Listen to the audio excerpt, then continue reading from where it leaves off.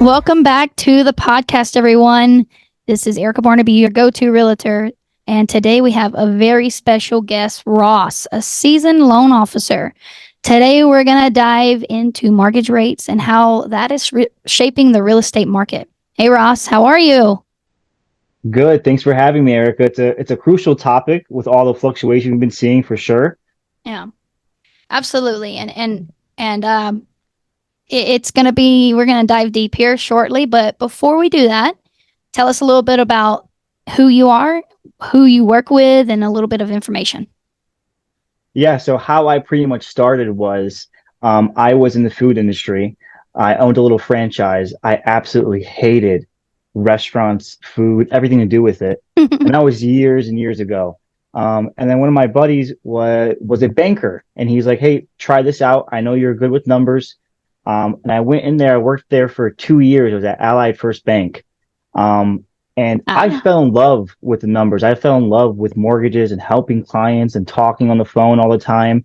I just didn't like the environment as a banker. And that's when I decided to make the change to go to a broker. And what that really means is I kind of control everything. I offer better service. My rates are better. The fees are better. The total closing cost is cheaper. right. And I thought generally that's going to be better for my clients, especially in the long run. But yeah, Okay. that's a little bit about me. Awesome. And how old are you?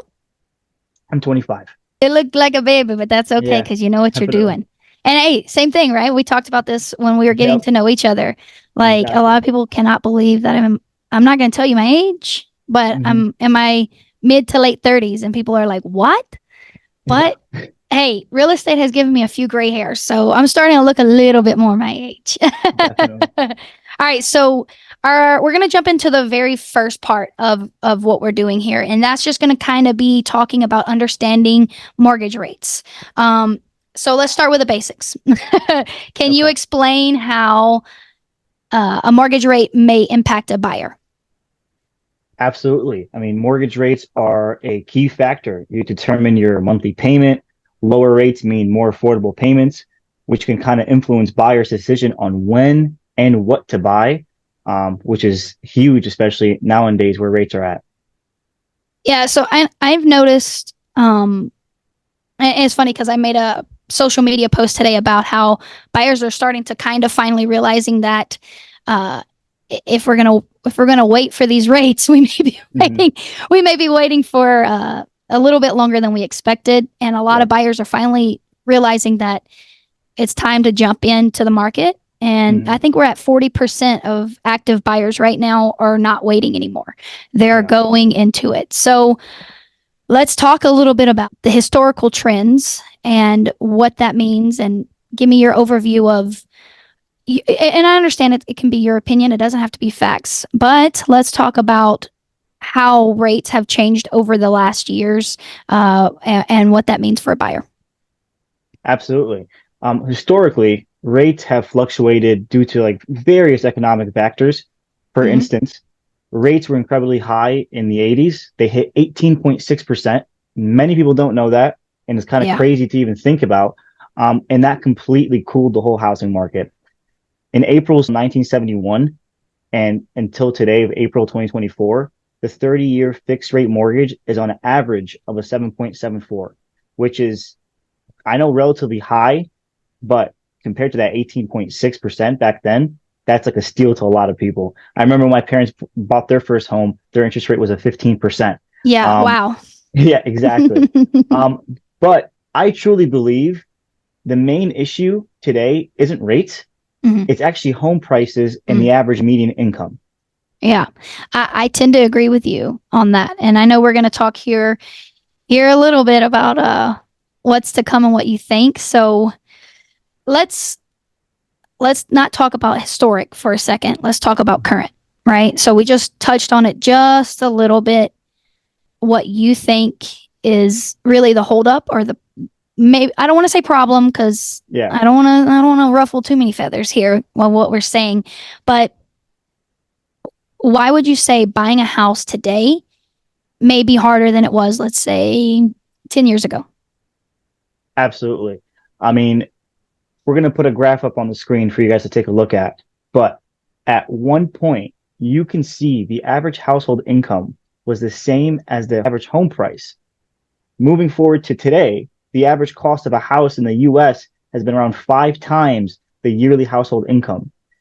That generally means home prices are rising 2 times faster than income. Wow. Well, I know that, and I know we're going to get a little bit off topic here, but sometimes Yeah. that makes for the best content. I know that for me, a lot of my buyers are military. And it is not always an increase for Mm-hmm. them and what they're going to take home every year. And even if it is, it's just a small increase. And the problem is, and I spoke about this a little bit, and I'm gonna dive into it on another podcast coming up, of the struggles of a VA buyer. Yeah. And one of the biggest struggles right now is income, and BAH doesn't cover the pricing that we're at today in today's market. And that's simply not, that's really not 100% because of rates. A Mm-hmm. lot of that is because home prices have skyrocketed. And everyone knows that. Anyone that has a pulse on real estate knows that in the last 5 years, God, it's hard to believe that 2020 was almost 5 years ago. But in Exactly. the last 4.5 years, we've seen an unprecedented climb in value. And of course, I can't speak for the country, but I can speak Yeah. for here in El Paso and the surrounding areas. And home values have skyrocketed. And it's scary to look at it and go, oh my gosh, I could have. And a lot of people have that FOMO, right? Oh my Yep. gosh, I could have bought 5 years ago for $60,000 to $100,000 less than what I'm buying now. Some in some cases more. And so for Yeah. VA and for FHA and conventional and even cash buyers, I've noticed that their biggest concern right now and their biggest gripe is home prices, Yeah. not so much the rates. And that's to be expected because we have seen an unprecedented growth in value. But as a homeowner, we love that. Absolutely. And So it's a it's double edged sword. yeah, exactly. And the people that you're saying that have FOMO, they're seeing home prices continue to rise, Mm-hmm. they're going to continue to have that feeling because home prices are not going We're to not come going down. down. Nope. They're not going down. There's no reason for them to come down. Yeah. And eventually, those people will say, okay, screw this. I'm pulling the trigger. I'm going to buy a house. And that's just how it's going to end up. We're trying our best to tell them there is no crash. Nothing's going to happen from here. Like Yeah. it's either you're gonna buy now or you're going to wait a couple more years and that same home you're looking for is going to be 40, 50, $70,000 more. So it's Right. kind of your choice. Right. And I, like we spoke about, one of our first conversations, I kind of put into play like the difference between buying, I don't know if you remember this conversation. Let's put into perspective a $400,000 home. We're buying it today at a 7% interest rate on a conventional loan of 20%. Yep. And let's just say we buy that. I think it was $2,100 is what you would pay your monthly, right? Mm-hmm. But let's say, oh, Erica, oh, Ross, I don't want to buy a house right now. The rates are crazy. I want to wait until they drop into the sixes or a Yep. six, right? So let's say, Ross, in a year and a half, 2 years, they drop down to a six, maybe better, but let's just hypothetically say a six. And you're like, heck yeah. And then you go back to that same house. Guess what you're paying for that house? Between $15,000 and $20,000 more for Exactly. 6% interest rate on a 30-year fixed mortgage, conventional loan with 20% down. Mm-hmm. And guess what your mortgage is? $2,100. Exactly. So a lot of people don't understand that. And by no means I'm like pushing and saying, oh, don't worry about the rates because they do play a role. They Yeah. are they are important, but we also need to make sure that we're educated on understanding that it is a hand in hand walk with rates and home prices. Absolutely. And if the rates go down, the prices are going up. Mm-hmm. I'm sorry to tell you. And not only prices, but competition. Yeah, Um, absolutely. absolutely. Absolutely. And I know you can speak on this when the market was extremely hot 2 years ago. Yeah. What were you So seeing as a loan officer? Tell me some horror stories as a loan officer. absolutely. I mean, sadly, there was many of them. Yeah. Um, and starting off with the most common one was the average person that's going 20% down, or let's take a step back. Sometimes a lot of people don't want to put 20% down. Let's say the Mm-hmm. average first time home buyer that wants to put between 3 to 5% down. They were competing against offers that are going 25% Mm-hmm. down, 30% down, cash offers, over list price. You can't compete with that You when you're can't. putting 3 to 5% down. It Yeah. doesn't make sense, especially if you're FHA. That makes it even worse Yeah. in a sense to the seller because they find it as a riskier loan. Right. Um, so, and realistically, it's going to happen again. The people Yeah. that are waiting on the sideline, Mm-hmm. they're going to wait for rates to come down, and eventually they will. We don't know Mm-hmm. when, but they will. It's going to happen all over again. It's a cycle that continues to happen Mm-hmm. over and over again, and the same people, sadly, are the ones that keep waiting on the sideline. Yeah, absolutely. And I'll kind of I got your opinion or your horror stories as a loan officer. Let me give you mine as a as a realtor during the pandemic. It was both the best of times and the worst of times. I don't know who I'm quoting there, but somebody said that. Mm-hmm.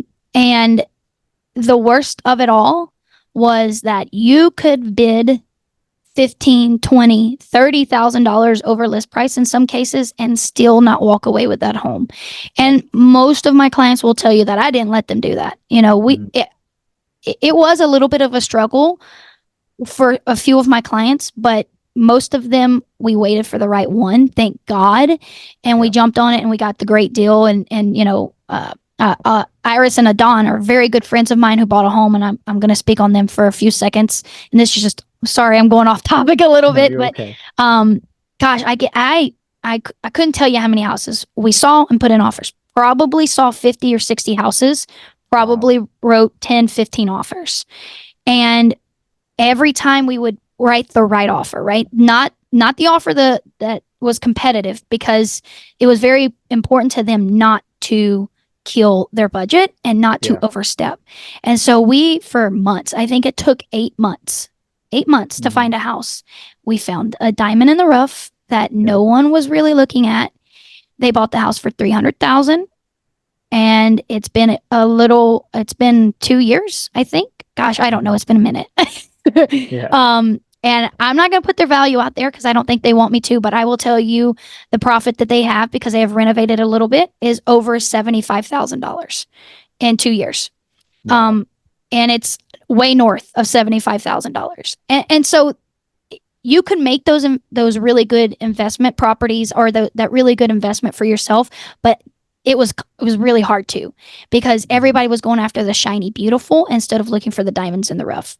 And I know Exactly. that was a little bit off topic, but so I just wanted to give the buyers out there that are listening a little bit of glimpse of hope that if you do wait, there's still going to be success for you. You just have to get creative. Mm-hmm. But as far as rates go, and getting back on topic here, we are going to see the same trend. We are Yep. going to see the same. And no, I know Ross is not going to go back down to a 2.2 and a 2.5 and Yeah. a 3. God, maybe a 4, but probably we're going to be in the fives. Yeah. Um, and I understand that. And I know you understand that as a loan officer. What are your future predictions for what's to come? And how are we going to be prepared for it? Absolutely. Well, it's almost a crystal ball kind of question. Mm-hmm. But generally, we do expect rates to decrease into the mid sixes by this year, Q3 or Q4. Mm-hmm. Could I say that with full confidence? No, absolutely Yeah. not. It's just trends that we're looking at, inflation rates, bond yields, and we're just making an educated guess. Um, but I am more confident to say that we're going to see the sixes and possibly the fives, the high fives, um, by next year, definitely. It might be Q2, it might be Q3, it might be Q4. Yeah. But in the way we're going, rates should be decreasing. Um, it's just a matter of when. I Yeah. would say don't ever believe anyone's going to tell you when they're going to decrease or not. They're kind of full of it. They don't know. No one knows. It's in a sense, I always like to explain to my clients, it's just like stocks. You Mm-hmm. can't, you just can't predict it. Yeah. If you could predict it, we'd all be filthy rich, but Yeah. it just doesn't Absolutely. work that way. Um, Absolutely. yeah. Okay. So perfect. So here's my prediction. It's kind of right on track with you. Okay. Mhm. And you're the professional So mine is just really, mine is just an education, an educated guess. I also believe that we are going to be dropping down to the mid to low sixes by the end of the year. Yeah, However, I think that we are going to have a massive uptick in listings. And absolutely. I mean, a huge one because there's so much pent up need and necessity. A lot of people fell in love with their rates Yeah. and hate their house now. Or, and Hmm. I understand hate is a strong word, dislike how small it is, or Yeah. dislike this room, or had a baby, or got a divorce, or got married, or, the kids moved out, retiring. There are a Hmm. lot of people out there right now who are like, God dang, I do not want to get rid of this house because I have a 2.5 interest rate. Hello, Yep. me, I could never think about moving right now because of this and X, Y, and Z. But there's such a desire that the Hmm. second this rate, and the reason why I know this, Ross, is because it couldn't tell you how many clients I get a day that call me and ask me, hey, what are we looking at for rates? I want a bigger house. Oh my gosh, Yep. this pool is killing me. I need to get rid of it. Yep. That's a big one right now. And so a lot of my sellers and a lot of sellers in the market are thinking about getting into the market are just waiting for that little bitty dip. And Hmm. when that little dip comes, because sellers who are educated know that when we see a little bit of a rate decrease, that person that was on the fence is no longer on the fence. And Exactly. so here's my prediction. We are going to be, I think, in a balanced market, but more geared towards a lot of listings Hmm. with a lot of buyers, which is why I think it's going to be a balanced market. And I think that buyers are going to struggle just a little bit to get under contract because the rates are going to come down and a lot of people are going to enter back into the market. We're Hmm. going to see conventional loans come back into play because right now they're a lot of people don't, or, well, I don't know. I can't speak. You tell me. Conventional loans are a little bit higher right now in rates. Yeah. So a lot of investors are teeter tattering off that. I don't think I want to yet pull the trigger. So have you seen that? Is that something you think as well? Definitely. I mean, currently, conventional loans are a lot higher in rates compared to government loans. Right. The best rates out right now is on a VA loan, Yeah. definitely by far. Let's go And VA. yep, and there's still on my end, I can't speak for every other lender, but we're still looking at a 6.5 par that costs nothing compared to a conventional loan, which is we're almost up to a 7.7, still costing them a couple $100. So that is a ginormous difference in payment. We're talking almost around 100, Yeah. $125. It is definitely something we're looking at right now. And anyone that is could qualify for a VA loan, I always suggest them use that VA loan. Yeah. It's Me too. overall Listen to better. anyone. If you take anything from this podcast, don't listen to anyone else, my VA people. When I tell you, if you have entitlement, use it. Definitely. You earned it. You deserve it. Use your entitlement. Do not be bullied. Do not be swayed. The VA loan, if you're a good agent, you'll know the VA loan is extremely backed. It is very much a successful loan. And Hmm. if you come to me with an approval letter with a VA loan, it's almost guaranteed that you can buy that home. Now, Yeah. obviously, I understand, and we're going to talk about that another day, another dollar, right? I understand there's, you got to get from A to Z, you got to do all the alphabet, right? Yeah. I understand that with a VA loan, but what I'm saying is that buyer comes in with an approval letter, you can take it to the bank. It's a solid buyer. So let's. Uh, we still got a little time to talk. Okay, Yeah. are you good with that? Yeah. I'm good. Okay, I know you're a busy man. I don't want to take up too much of your time. I want to kind of talk about dive a little bit deeper on the rates of today. Yeah. Um, I know that a lot of people, and I know we're going off topic, and I apologize for that. I know that a lot of people have been waiting, right? And we've been waiting with anticipation on the feds to lower everything. And Mhm. we're like, oh, are they going to do it this month? Are they going to do it this month? And they haven't. Yeah. But they haven't. And I do think they are coming. Now, what has been the trend over the last, let's say, 2 weeks for you with rates? What are we looking at? Increasing. Yeah. Definitely. They've been Okay. increasing. Um, and I truly believe this is going to be the highest point where rates will hit this year. Mm-hmm. I think generally it's going to be downhill from here. Mm-hmm. Um, it's just, I feel like just a couple of unlucky couple of days back to back to back that caused us to be in the situation today.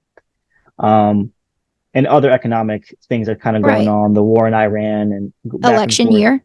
election year coming up. It all kind of plays into rates. So I truly believe rates are the highest they are today. Next month 100% will be lower, and I think Yeah. they'll stay flat for a while until we're Mm-hmm. seeing the end of 2024, and then they'll start to trickle down, and especially go even lower in 2025. Yeah. I agree with that assessment. Um I it's crazy because rates have gone up the last 2 weeks, but I've gotten Yeah, busier. And I think it's because people are starting to realize that we can't control this. And I know we've already touched on this, but we can't control this and we cannot let what possibly may come tomorrow affect us. And we have to just move forward. And if we're going to buy, we have to buy. yeah, Um, and I think that September, I mhm, do think we're going to drop a little bit here shortly, probably before June. Hopefully, we'll see. I don't know. We'll see how that plays out, but yeah, I think we'll drop a little bit. But I think September, October, right before election, yep, we're going to see a good little dip. And buyers, beware when that happens. Don't get excited. Oh my gosh, yes, I'm getting a rate that I'm so excited for. Please understand you and everybody else. yep, So it's a game we play, right, Ross? It's a game yeah, we play. We buy now and know the future, or we wait for the future and hope for the best. exactly. And I don't know. We'll see how that plays out. Well, Ross, is there anything else you want us to know? Tell us how we can follow you on social media. Tell us a little bit about your journey with your social media, and do your shameless plug. I'm gonna allow it. Absolutely. But the first comment I have to say is generally towards all buyers. And I have this conversation pretty much every single day.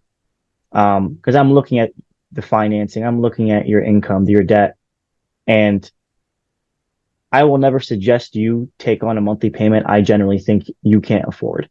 Um, if any lender out there is going to give you a 50%, half your income is going to that monthly payment for the mortgage, that's terrible. Don't do that. Try to maintain at least between that 35, and if you needs be, get to that 40, because rates are going to come down eventually. You can refinance.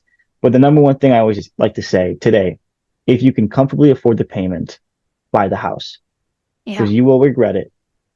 Believe me, you'll regret it. It's funny enough because my parents did plenty of times already. They've regretted it over and over again.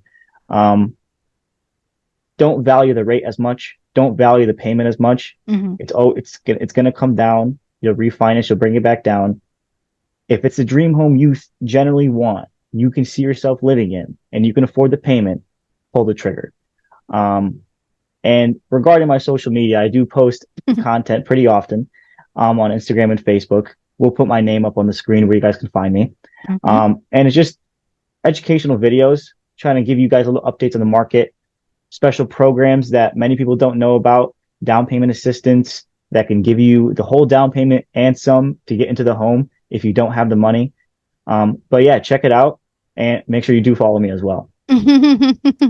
I know I was telling everyone on the first podcast when I was letting them know that we're going to do this second podcast together, that you found me on social media, and I was like super surprised by that because I have just the smallest following ever, and you're like, I think you're close to what, 1,900 followers now, Yeah. and to me that seems so crazy. I know, but I've never really been a social media person until this year. That was one of my big 2024 goals. And Hmm. now that we've kind of talked about the rates, let's just kind of have a 10, not even a 10, like a 5 minute conversation towards each other and just kind of explain how this relationship started.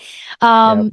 And yeah, so, you know, you reached out to me, said, hey, I have some content ideas I want to share with you. And I was like, what? Yep. I was like, okay. And I want to thank you, Ross, because you motivated me to doing something that I really have been thinking about doing and wanting to do for a very long time, which is this podcast. And you kind of pushed me and made me realize, oh, I can just do this. And so Hmm. I did want to just kind of give you a quick thank you. I appreciate you for giving me the confidence. Hopefully we're growing together and hopefully we the podcast sounds good. You know, we're doing it on Zoom right now and eventually maybe we'll do some different platforms, but I want to take this moment and tell you thank you and that I appreciate you. You probably don't even know that you're the reason why I'm doing this podcast, but um I didn't know. yeah, so you kind of motivated me last week when we spoke and I'm excited to do this. I think I look at your content, I'm like, oh man, he's educating and blah blah blah. And I want to take this, I want to do the same thing with a twist, right? Yeah, definitely. Just by the first conversation me and you had, I knew you had a bright mind. You had many things that you could share to your clients, to future buyers, sellers. Um, and you were doing almost a disservice to keeping it to yourself. Oh, Like thank you so much. you know so much, especially when it comes to VA loans and helping your veterans, that you need to get out there. You need to post more content because Yeah. you have a bright mind. You just got to put it out there, Hmm. not care about what people think, Yeah, there's and the go big from one. there. There's the big one, Definitely. right? And I know we've talked about that a few times, like why not? And the why Yeah, not always was, what are people gonna think of me? Oh exactly. my gosh, I have a mullet, I have tattoos, I got a southern accent, Yep, oh my gosh, X, Y, and Z. But honestly, close your ears. exactly. I'll have to put an exclaimer on this one because I just said the F word. But honestly, like that's kind of where I stood with it, was just very much like, I got to do it. And I want to again say thank you so much for giving me your vote of confidence and telling me, hey, just swing for the fences. Sometimes we need that stranger, because you were and kind of still are a little bit of a stranger to me, Yeah, because we're new friends. I needed that stranger to say, hey, it's not as hard as you're making it seem, and just jump into it and do it. So exactly. I want to thank you so much for joining the podcast today and sharing your expertise and your knowledge and your predictions, your mystic predictions. I know you talked about the crystal ball. Um, and, I just appreciate you. And I hope we can do this a few more times down the road and just kind of go from there. And again, thank you so much for joining the podcast. We're so excited to have you, and we can't wait to the next one. Absolutely. Thank you so much for having me. I didn't know I was the cause of this, but I'm glad we did it. I'm looking forward to the next one. Especially if they find it valuable, we'll keep going. Yeah, Definitely. absolutely. All right. Thank you guys for all tuning in. Don't forget to subscribe and ask for more insight on the best real estate decisions you can find. Until next time, we will see you. And as always, knowledge is the power to success. If you don't have knowledge, you ain't got nothing.